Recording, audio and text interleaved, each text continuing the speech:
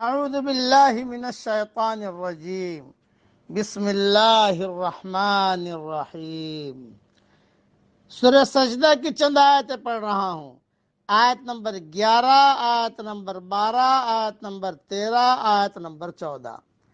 قل يتوفاكم ملك الموت الذي وكل بكم ثم إلى ربكم ترجعون۔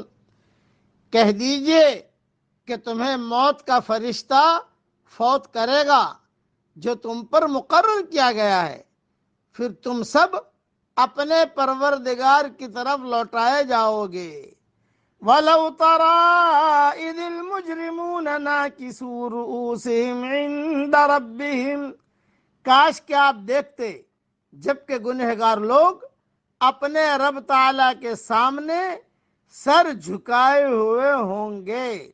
ربنا ابصرنا وسمعنا فرجعنا نعمل صالحا انا موقنون، کہیں گے کہ ہمارے پیارے رب، ہم نے دیکھ لیا اور سن لیا تو ہمیں واپس لوٹا دے، ہم نیک اعمال کریں گے، ہم یقین کرنے والے ہیں۔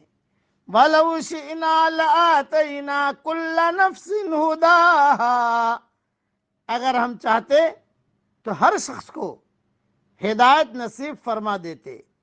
وَلَكِنْ حَقَّ الْقَوْلُ مِنِّي لَأَمْلَأَنَّ جَهَنَّمَ مِنَ الْجِنَّةِ وَالنَّاسِ أَجْمَعِينَ، لیکن میری یہ بات بالکل حق ہو چکی ہے کہ میں ضرور جہنم کو انسانوں اور جناتوں سے بھر دوں گا۔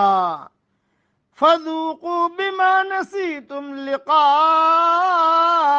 يَوْمِكُمْ هَٰذَا، اب تم اپنے اس دن کی ملاقات کے فراموش کر دینے کا مزہ چکھو۔ اِنَّا نَسِينَاكُمْ، ہم نے بھی تمہیں بھلا دیا۔ وَذُوقُوا عَذَابَ الْخُلْدِ بِمَا كُنتُمْ تَعْمَلُونَ، اور اپنے کیے ہوئے اعمال کی شامت سے ابدی عذاب کا مزہ چکھو۔ اس آیت کی تشریح اور تفسیر کافی لمبی ہے، جو انشاءاللہ اپنے وقت پر جب بھی اللہ توفیق دے گا ریاض التفسیر میں انشاءاللہ آ جائے گی۔ لیکن اتنا بتا دوں، یہ جو اللہ نے کہا کہ ہم نے بھی تمہیں بھلا دیا، یعنی جس طرح تم ہمیں دنیا میں بھلائے رہے، آج ہم بھی تم سے ایسا ہی معاملہ کریں گے۔ ورنہ ظاہر بات ہے کہ اللہ تعالیٰ تو بھولنے والا ہے نہیں۔ دوسری اہم بات، موت کا آنا یقینی ہے، فرشتے کا آنا یقینی ہے، اس لیے اللہ تعالیٰ بار بار موت، آخرت کو اللہ تعالیٰ بیان فرماتے ہیں۔ اس وقت ہر آدمی تمنا کرے گا کہ دنیا میں چلا جاؤں، اچھا عمل کر کے آؤں۔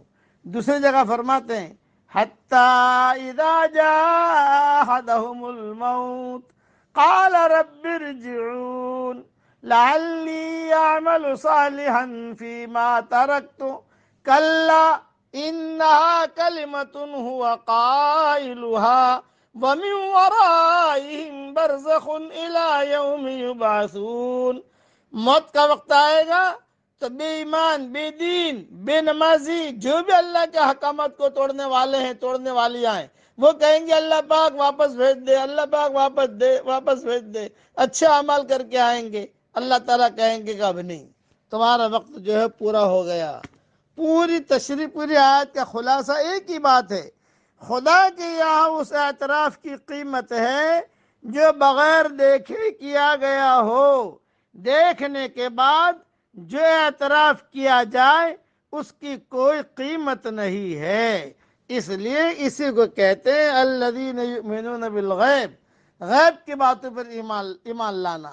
اللہ تعالی ہمیں ایسا ایمان نصیب فرمائے کہ اس کے بعد کفر نہ ہو، اور ایسی ہدایت دے کہ اس کے بعد گمراہی نہ ہو، اور ایسی عزت دے کہ اس کے بعد ذلت نہ ہو، اور ایسی ترقی دے کہ اس کے بعد تنزلی نہ ہو، اور اللہ ہم سب کو ایسا قرب دے کہ اس کے بعد اللہ سے دوری نہ ہو۔ اور ہم سب کے لیے جنت الفردوس کا اللہ فیصلہ فرمائے. آمین. وآخر دعوانا ان الحمد للہ رب العالمین.